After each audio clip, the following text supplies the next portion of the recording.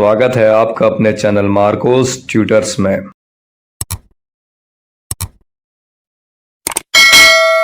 तो आज हम करेंगे स्टैंडर्ड 10th ज्योमेट्री मैथ्स 2 का चैप्टर नंबर 1 जिसका नाम है सिमिलैरिटी। हम लोगों ने इसके 3 प्रैक्टिस सेट 1.1, 1.2, 1.3 ऑलरेडी कंप्लीट कर दिए हैं। 4 जो सबसे सिंपल प्रैक्टिस सेट है ये पूरे चैप्टर का। अगर आपने चैनल को अब तक सब्सक्राइब नहीं किया है तो सब्सक्राइब कर दीजिए। नीचे देखो सब्सक्राइब का बटन है, आप सब्सक्राइब कर देंगे तो आपको सब लेटेस्ट वीडियोस मिलते रहेंगे। चलो शुरू करते हैं प्रैक्टिस सेट 1.4। दो ट्रायंगल्स अगर सिमिलर होंगे तो मैंने आपको बताया था कि उनके सारे एंगल्स कॉन्ग्रुएंट होंगे। करस्पॉन्डिंग देखो, ए के करस्पॉन्डिंग डी है, ए के साथ डी की जोड़ी दोनों कॉन्ग्रुएंट, बी के साथ ई की जोड़ी दोनों कॉन्ग्रुएंट, सी के साथ एफ की जोड़ी सी और एफ भी कॉन्ग्रुएंट। और उनके जो साइड्स है करस्पॉन्डिंग देखो, ए बी के साथ कौन है जोड़ी, डीई, देखो ए बी डी और फिर बी सी के साथ ई एफ एंड ए सी के साथ डी एफ। ये जो रेशियो है ये भी तीनों का इक्वल रहेगा। अगर अब मैं इन दोनों का एरिया लूं, area of this triangle and area of this triangle, और दोनों का रेशियो लूं तो क्या मिलेगा मुझे, ये यूज करेंगे। सेम ये जो है ना वो आएगा, लेकिन इसमें हर जगह स्क्वायर आ जाएगा। वो कैसे आएगा, जब मैं थ्योरम का लेक्चर कराऊंगा तब मैं आपको एकदम डिटेल में एक्सप्लेन करूंगा।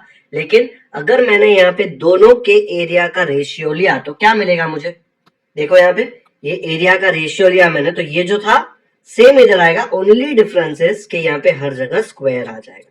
कब आएगा, जब एरिया होगा तब। ठीक है, ये रेशियो अभी भी इक्वल ही है। अगर ट्रायंगल सिमिलर होंगे तो ये तो रेशियो इक्वल ही है। ये किसका रेशियो है, ये एरिया का रेशियो है। अगर एरिया लिखा है यहाँ पे तो मैं ये सेम रेशियो लिखूंगा और ऊपर स्क्वायर डाल दूंगा दोनों को। बस ये यूज करके आपको 1.4 के क्वेश्चन सॉल्व करना है। ठीक है, तो दोनों ट्रायंगल सिमिलर होंगे तो आप रेशियो तो पता कर ही सकते हो। देखो अगर ए बी लिया तो ए बी के साथ डी आएगा तो A B square upon D square, area आया तो। ठीक है, चलो यूज करते हैं। फर्स्ट क्वेश्चन दिया है, the ratio of corresponding sides of similar triangles is 3:5। Then find the ratio of their areas. उनके दो साइड्स का रेशियो दिया गया है, करस्पॉन्डिंग साइड्स का रेशियो दिया है 3:5। आपको फाइंड करना है रेशियो ऑफ देयर एरियाज। अब यहाँ पे किसी का नाम नहीं दिया हुआ है तो लेट्स से पहले ट्रायंगल का एरिया मैं ले लेता हूँ A1 और दूसरे ट्रायंगल का एरिया ले लेता हूँ A2। नाम तो देना पड़ेगा ना, फॉर्मूला यूज करना है तो। और जो ट्रायंगल A1 है उसका साइड है S1 और इसका करस्पॉन्डिंग साइड है S2। तो theorem of areas of similar triangles जो मैंने भी सिखाया ना आपको, ये वाला, इसको बोलते हैं theorem of areas of similar triangles या theorem on areas of similar triangles. वो थ्योरम क्या बोलता है कि दो ट्रायंगल के एरिया का रेशियो लोगे तो करस्पॉन्डिंग साइड के स्क्वायर का रेशियो आ जाएगा। तो यहाँ पे हम क्या करेंगे, अगर मैंने A1 अपॉन A2 लिख दिया तो उसको मैं ऐसा लिख सकता हूँ S1 square upon S2 square. A1 का साइड S1, A2 का साइड S2, दोनों का स्क्वायर। कौन सा theorem, theorem on areas of similar triangles. अब दोनों साइड का रेशियो क्या दिया है 3:5, मतलब क्या होता है S1:S2 दिया हुआ है 3:5। ये सेम चीज को ऐसे लिख सकते हैं S1 upon S2 is equal to 3/5। यही हुआ ना, ऐसे लिखो या ऐसे लिखो सेम होता है। तो ये जो स्क्वायर है देखो ये दोनों को मिल रहा है। अगर मुझे ऐसे लिखना है S1 अपॉन S2 और एक ब्रैकेट बना के ऊपर दे दिया तो भी चलेगा ना, क्योंकि दोनों के पास स्क्वायर। अब S1 अपॉन S2 का वैल्यू क्या है 3/5, तो सब्स्टिट्यूट कर दो, मुझे मिल जाएगा 3/5 द होल स्क्वायर। जब ये स्क्वायर अंदर जाएगा तो 3 स्क्वायर, इधर भी जाएगा 5 स्क्वायर, 3 का स्क्वायर हो जाएगा 9, 5 का स्क्वायर हो जाएगा 25। खत्म, आंसर मिल गया। Ratio of their areas is 9/25। तो ये सब ना लिखने में थोड़ा डिफिकल्ट लगेगा, पहली बार लिख रहे हो इसलिए। ये रफ में कराया मैंने, फिर मैं आपको लिख के दूंगा पूरा थ्योरम कैसे लिखते हैं। बट एरियाज का रेशियो क्या होगा, करस्पॉन्डिंग साइड्स के स्क्वायर का रेशियो। ठीक है, ये स्क्वायर नहीं भूलना है, आया समझ में। चलो देखते हैं इसको लिखेंगे कैसे। देख लो यहाँ पे जो भी आपने नाम लिखा हो पहले अज्यूम किया तो लिखना पड़ेगा let S1 and S2 be the corresponding sides of similar triangles with areas A1 and A2। अगर इतना बड़ा नहीं लिखना है तो सीधा ऐसे लिख सकते हैं let S1 and S2 be the corresponding sides and let A1 and A2 be the corresponding areas. ठीक है, ऐसे लिख सकते हो। अब क्वेश्चन में दिया है कि दो साइड्स का रेशियो 3:5 है, तो S1:S2 ये ना दोनों साइड, उसका रेशियो 3:5 है। इसी चीज को आप ऐसे भी लिख सकते हो, रेशियो को सीखा था ना बचपन में, S1/S2 इक्वल टू 3:5 तो 3/5, इसको 1 दे दिया नंबर। A1/A2 का रेशियो उन्होंने आपको पूछा है, फाइंड द रेशियो पूछा है ना, तो अगर A1/A2 पूछा है तो A1/A2 क्या है, S1/S2। ये कहीं जादू से आया क्या? नहीं, theorem of areas of similar triangles ने हमको ये पावर दिया है कि भाई A1/A2 लिखा तो जो भी साइड्स है उनके स्क्वायर का रेशियो आएगा। ये दोनों के पास स्क्वायर है तो मैंने एक ब्रैकेट बना के स्क्वायर अलग से ऊपर डाल दिया। क्यों डाला? बिकॉज मेरे पास S1/S2 की वैल्यू है 3/5, डाल दिया इधर 3/5। लेकिन कहां से आया 3/5? इधर से देखो, नंबर 1 से, तो फ्रॉम 1।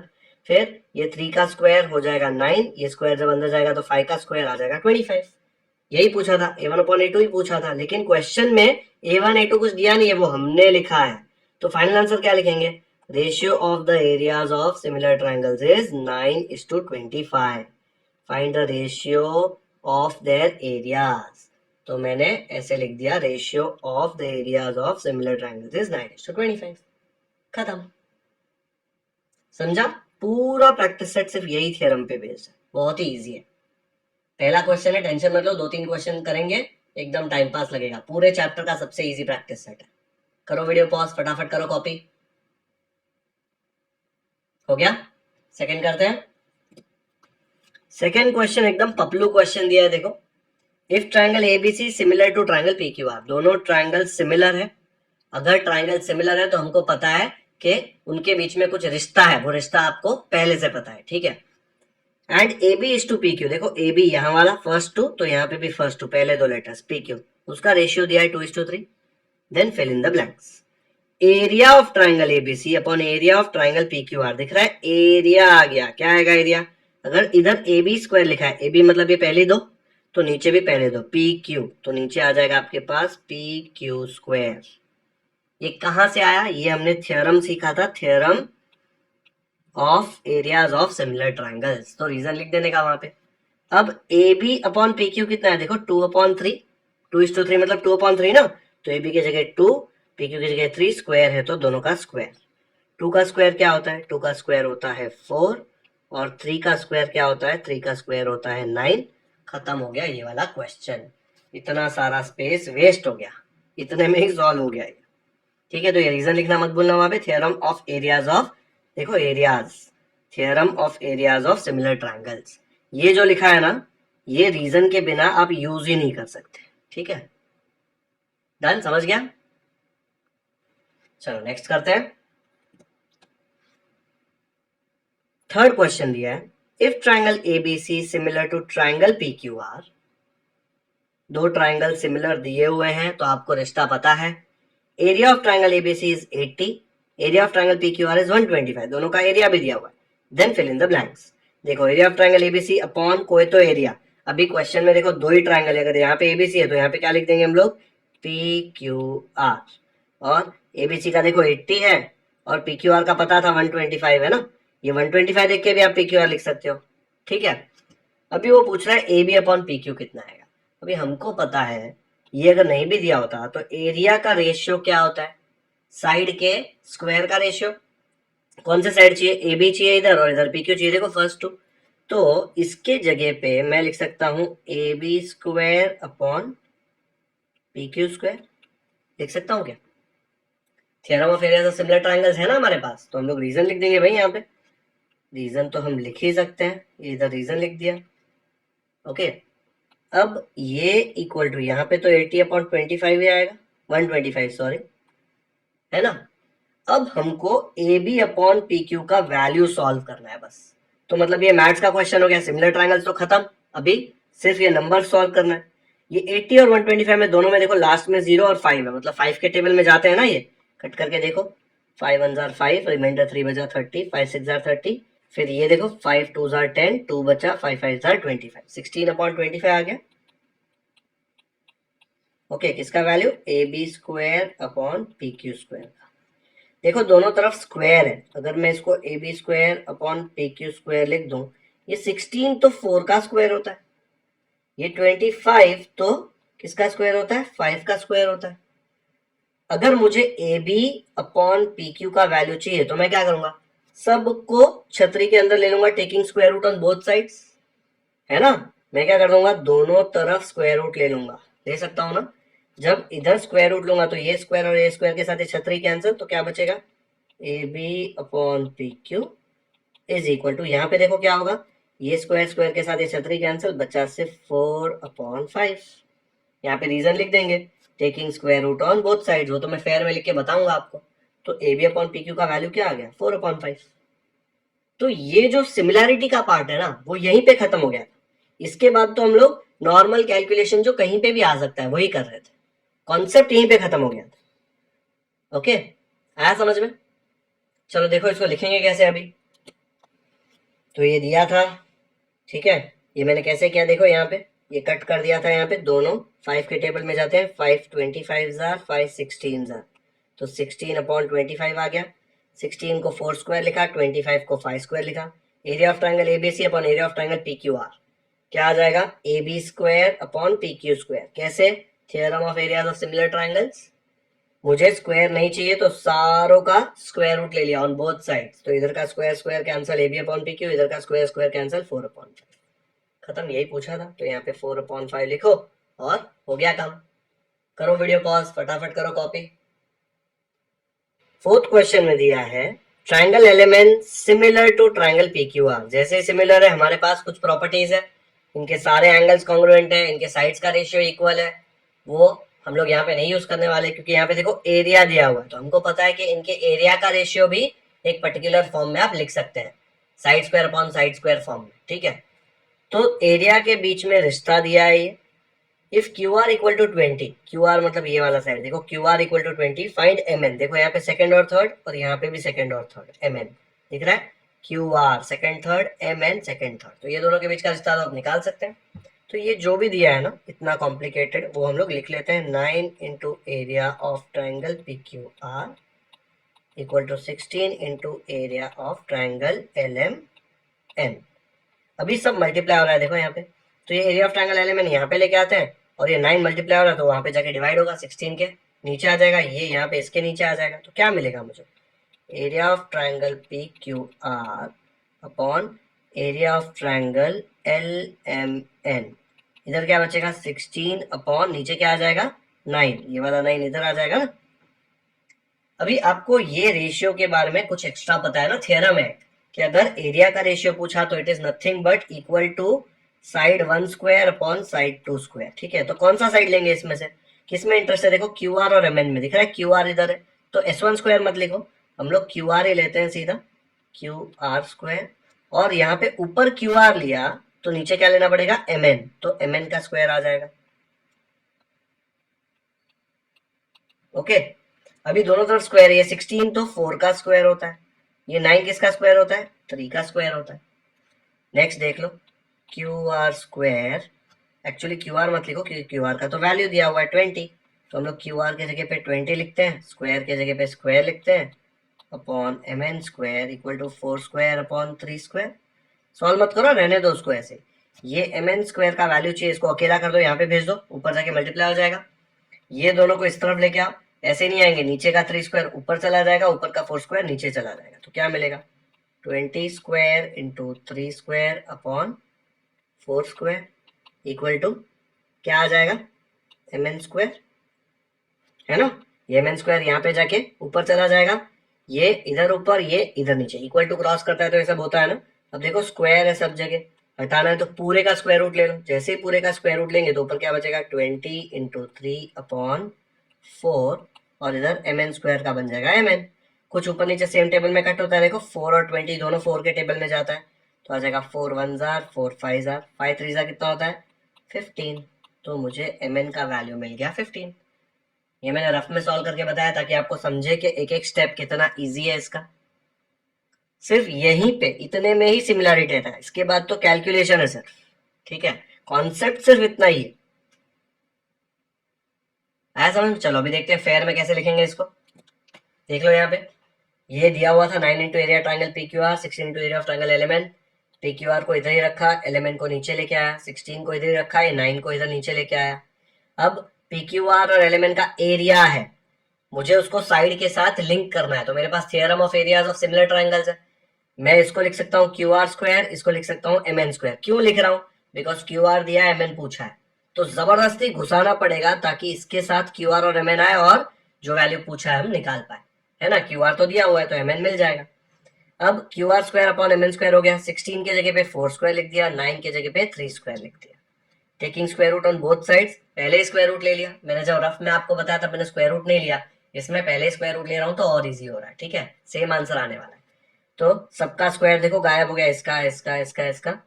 एमएन का वैल्यू फाइंड करना है, क्यू आर कितना है 20, फिर एमएन को इधर भेज दिया, ये 3 यहाँ पे ऊपर आ जाएगा, 4 नीचे आ जाएगा, फिर कट करो, देखो किसमें कट होगा ये, 4 1 जार 4 5 जार, क्या मिलेगा 5 3 जार 15, तो एमएन का वैल्यू आ गया 15।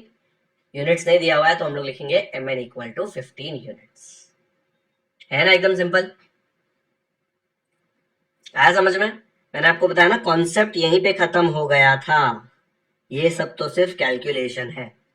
तो ऐसे मत सोचो रहे इतना लंबा क्वेश्चन है, दिमाग सिर्फ यहीं तक लगाना था, इसमें थोड़ा कम दिमाग लगाना पड़ता है क्योंकि कैलकुलेशन तो बचपन से कर रहे हो।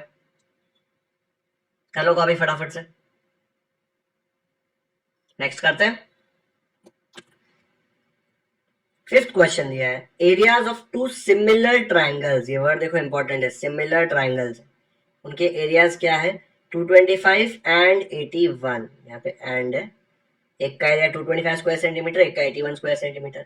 If a side of the smaller triangle, smaller triangle देखो 81 वाला होगा, जिसका एरिया कम वो स्मॉलर ट्राइंगल, उसका साइड 12 दिया हुआ है, then find the corresponding side, corresponding किसको, ये वाला जो स्मॉलर साइड है उसको corresponding side of bigger triangle.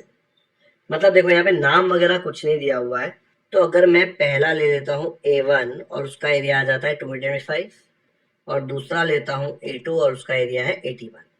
अभी ये छोटू ट्राइंगल है, इसका एक साइड दिया हुआ है 12, तो अगर मैं S2 लेता हूँ तो वो दिया हुआ है 12, यूनिट नहीं लिख रहा हूँ, रफ में बता रहा हूँ, इसीलिए आपको S1 यहाँ पे दिया नहीं है, तो S1 आपको फाइंड करना है।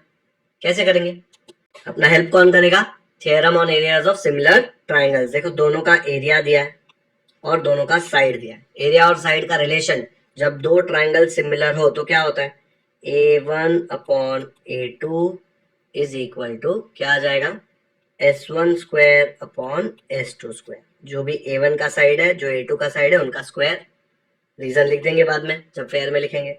A1 कितना है, A1 है 225, A2 कितना है, A2 है 81, देखो A1 के जगह पे 225, A2 की जगह पे 81, S1 आपको नहीं पता लेकिन S2 कितना है 12, तो S1 ऐसे ही रहेगा और S2 क्या आ जाएगा 12 स्क्वायर, ठीक है, S2 के जगह पे 12, स्क्वायर के जगह पे स्क्वायर, खत्म। एक ही अननोन है S1, इसको सॉल्व करके तो इजीली आ जाएगा, करके दूं कि हो जाएगा खुद से। चलो वीडियो पॉज करो और फटाफट से ट्राई करो, S1 क्या आता है फिर मैं करके बताऊंगा, और सोल्यूशन पूरा कैसे लिखेंगे नोटबुक में या एग्जाम में वो भी बताऊंगा। कर लिया सॉल्व, कमेंट्स में जाके आंसर दो S1 का फिर। तो ये देखो क्या आ गया 225 अपॉन 81, ये 12 स्क्वायर को यहाँ लेके आ सकता हूँ, ये 12 स्क्वायर यहाँ पे डिवाइड हो रहा है तो वहां जाके मल्टीप्लाई हो जाएगा। ये 225 किसका स्क्वायर होता है, 225 होता है 15 का स्क्वायर। 81 किसका स्क्वायर होता है, 81 होता है 9 का स्क्वायर, है ना। ओके, तो अभी ये देखो सब जगह स्क्वायर है, स्क्वायर स्क्वायर स्क्वायर स्क्वायर, तो पूरे का स्क्वायर रूट ले लो। जैसे ही आप पूरे का स्क्वायर रूट लेंगे तो ऊपर क्या बचेगा, ऊपर आपके पास बचेगा 15 मल्टीप्लाइड बाय 12, सबका स्क्वायर गायब अपॉन 9 इक्वल टू S1। कौन कौन सेम टेबल में जाता है देखो, ये 9 3 में जाएगा, 3 3 जार, और 12 जाएगा 3 4 जार, फिर ये 15 और 3 भी जाता है, 3 1 जार और 3 5 जार, क्या बचा 5 इंटू 4, 5 इंटू 4 क्या होता है, 5 इंटू 4 होता है 20, तो S1 का वैल्यू आपको मिल गया 20, वही तो पूछा था, find the corresponding side of the bigger triangle, हमने S1 लिया था उसको, उसका वैल्यू आ गया 20। यहाँ पे कॉन्सेप्ट खत्म हो गया था, इसके बाद सिर्फ कैलकुलेशन, ठीक है, सेम वही यार, taking square root on both sides, वही सब कर रहे हैं हम, बस कुछ नया नहीं है किसी में। चलो इसको फेयर में कैसे लिखेंगे देखो एक बार, जब एग्जाम में लिखेंगे या स्कूल नोटबुक में लिखेंगे तो स्टोरी पहले से बतानी पड़ती है ना। तो late S1 and S2 be the corresponding sides of similar triangles with areas A1 and A2। S1 S2 क्या है, A1 A2 क्या है, सब एक्सप्लेन करना पड़ेगा।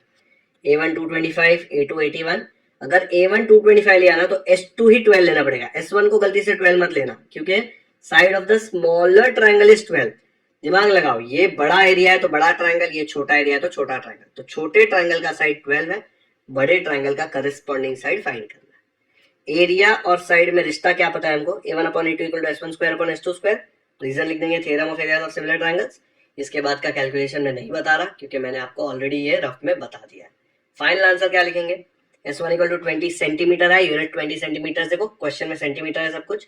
Length of the corresponding side of the bigger triangle is 20 centimetres.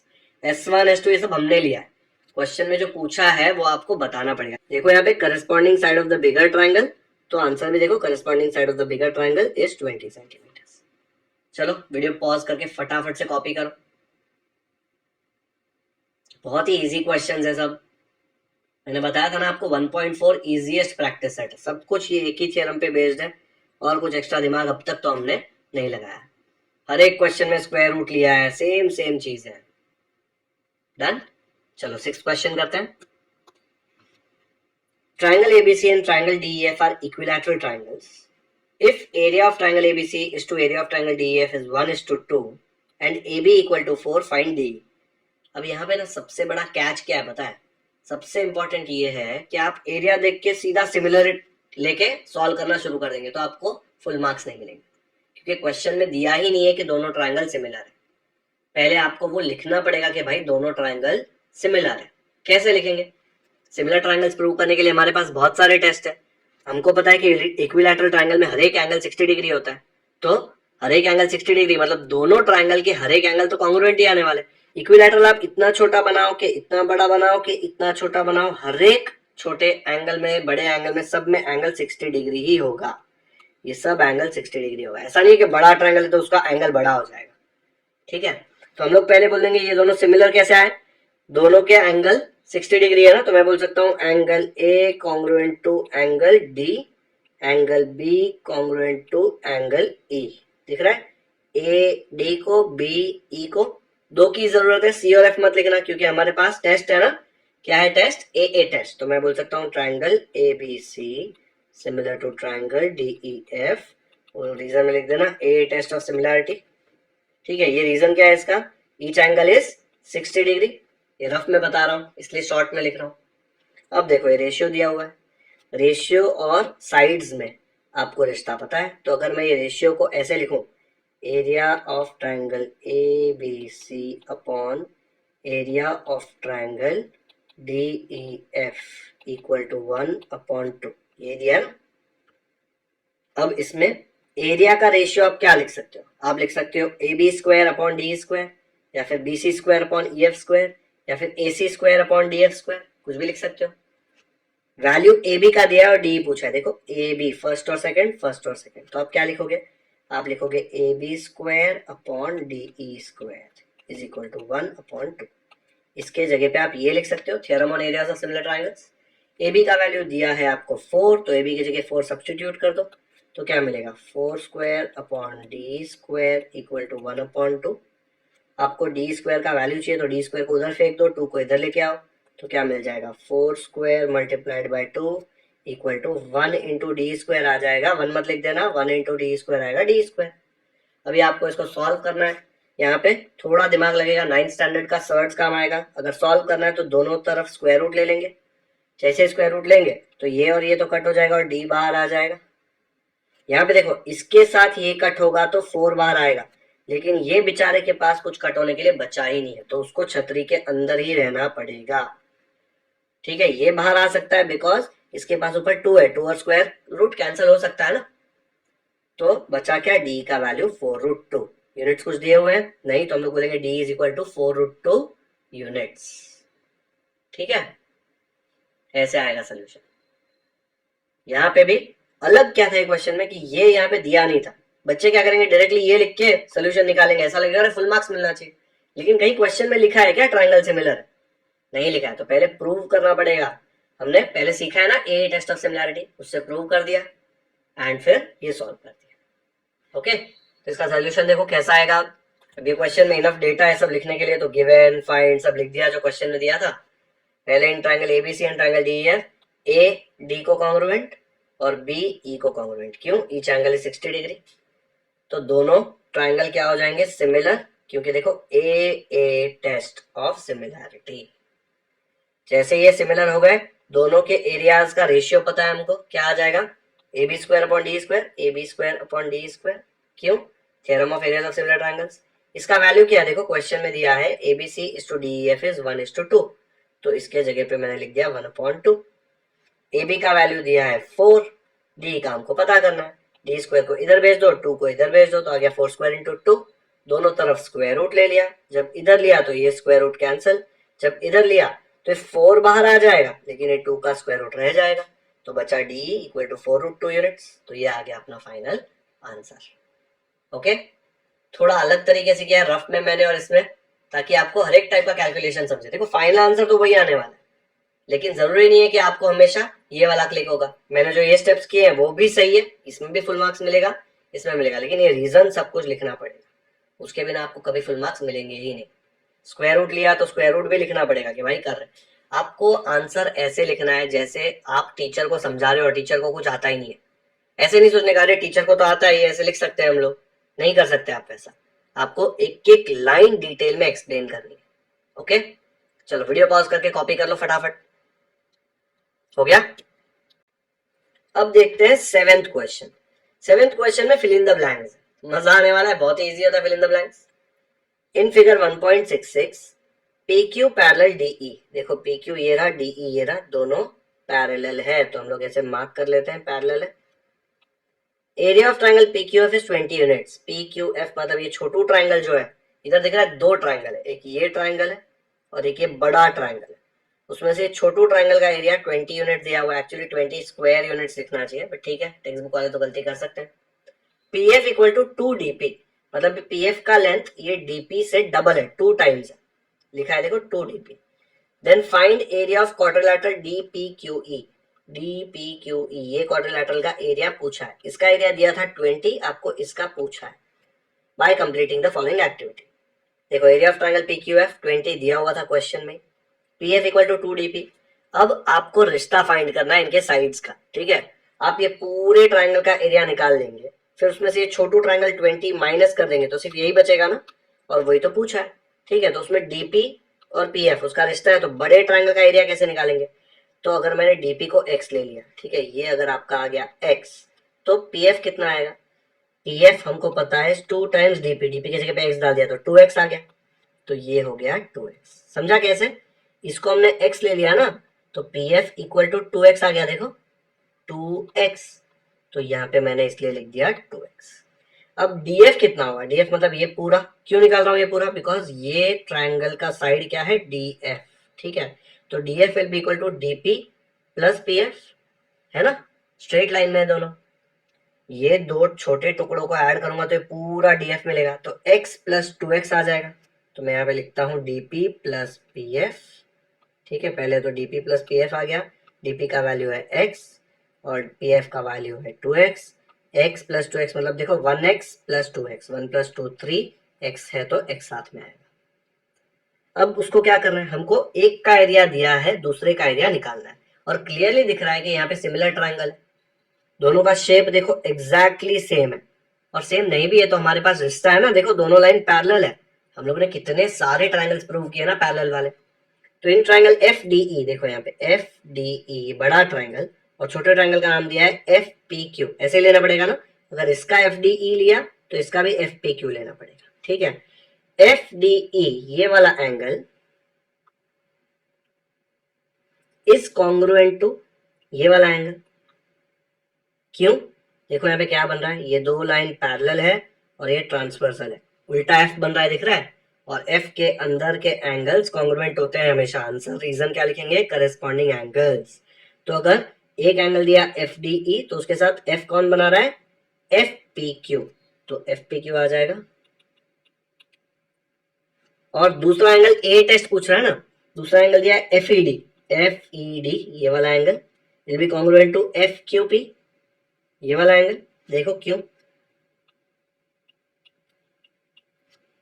ये दोनों line parallel है, दिया हुआ है क्वेश्चन में, और ये ट्रांसवर्सल, देखो F बन रहा है, सोया हुआ F है, F के अंदर वाले एंगल्स कॉन्ग्रुएंट होते हैं हमेशा, सिखाया था मैंने 9th स्टैंडर्ड में, 10th स्टैंडर्ड में हमने देखा है, क्यों? Corresponding angles. तो अगर मैंने एक एंगल लिया FED तो उसके साथ कौन आएगा? FQP। तो यहाँ पे लिख दिया FQP।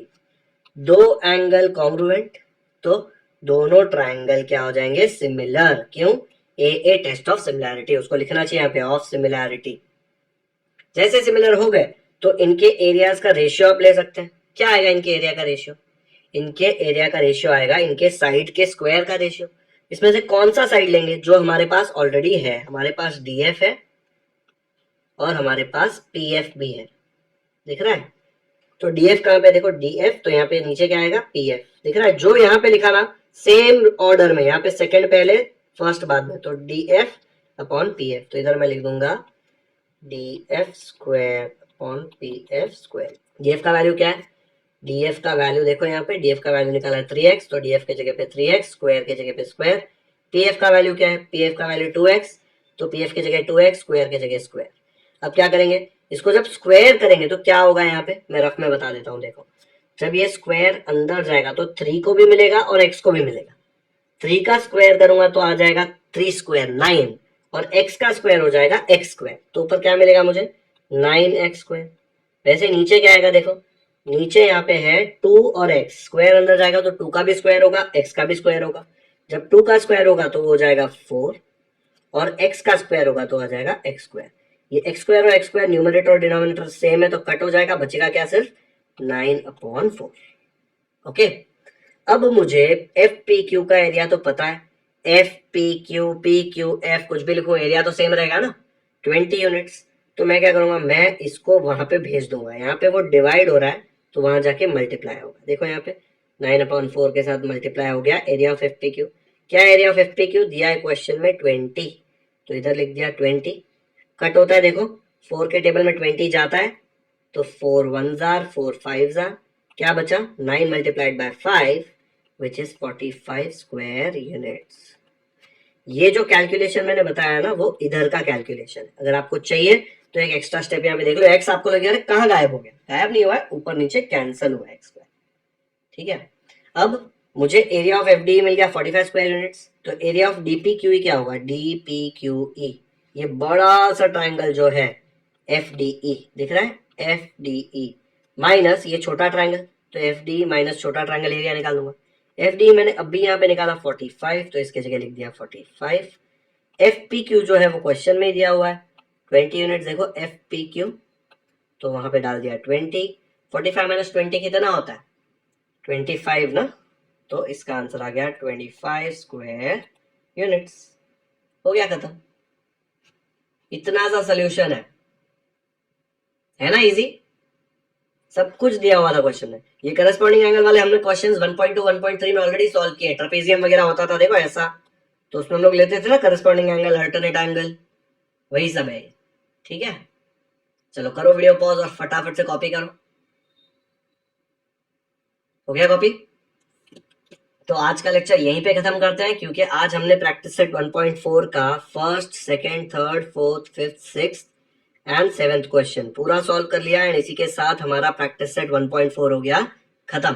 तो चारों प्रैक्टिस सेट सिमिलैरिटी के हमने खत्म कर दिए हैं। अब इसमें आपको एक चीज मैं पहले भी दे चुका हूं, अभी भी दे रहा हूं। आप क्या करो, प्रॉब्लम सेट में जाके सॉल्व करने का ट्राई मत करो, हो सकता है आपको डिफिकल्ट लगे, लेकिन एटलीस्ट क्वेश्चन देख के मार्क करो कि ऐसे टाइप का क्वेश्चन कहां पे है, कौन से टाइप का क्वेश्चन है। देखो अभी आज हमने एरिया वाला किया ना, तो 4th क्वेश्चन देख के आपको समझ में आना चाहिए। देखो एरिया का रेशियो दिया हुआ है, मतलब ये एरिया का रेशियो वाला थ्योरम जो है उसका टाइप का क्वेश्चन है ना। तो आपको सिर्फ पूरा प्रॉब्लम सेट देखकर खाली दिमाग में इतना सोचना है कि भैया कौन से टाइप का क्वेश्चन हो सकता है, तो सॉल्व करो। मैं तो सॉल्व कराऊंगा ही पूरा प्रॉब्लम सेट, लेकिन आप एक बार ट्राई करो, पहले आइडेंटिफाई करो कौन से टाइप का प्रॉब्लम है। बहुत हेल्प होगा आपको आगे जाके, अभी से प्रैक्टिस करोगे ना तो बहुत हेल्प होने वाला है। ठीक है, तो आज यहीं पे खत्म करते हैं। वीडियो पसंद आया तो लाइक करें, लिंक अपने दोस्तों के साथ भी शेयर करें, ताकि ये चैनल को ज्यादा से ज्यादा सपोर्ट मिले, और मुझे जितना ज्यादा सपोर्ट मिलेगा उतना ही मोटिवेशन आएगा आपके लिए और ज्यादा वीडियोस बनाने का। चैनल को सब्सक्राइब कर दिया है तो थैंक यू, नहीं किया है तो क्यों वेट कर रहे हो यार? अभी तक वीडियो देखा है, सब कुछ समझ में आया है तो सब्सक्राइब तो कर ही सकते हो। बेल आइकन भी आएगा बाजू में, वो भी दबा दो, ताकि नेक्स्ट वीडियो आए तो आपको नोटिफिकेशन आए और आप कोई भी इंपॉर्टेंट लेक्चर मिस ना करें। कमेंट्स में आप मुझे बता सकते हैं कि आपको कोई फीडबैक है या आपको ये लेक्चर कैसा लगा वो भी बता सकते हैं। पढ़ के मुझे बहुत अच्छा लगता है, क्योंकि मुझे पता चलता है कि मैं जो सिखा रहा हूँ, मैं इतनी मेहनत कर रहा हूँ, वो आपके काम आ रही है। Thank you so much for watching this video.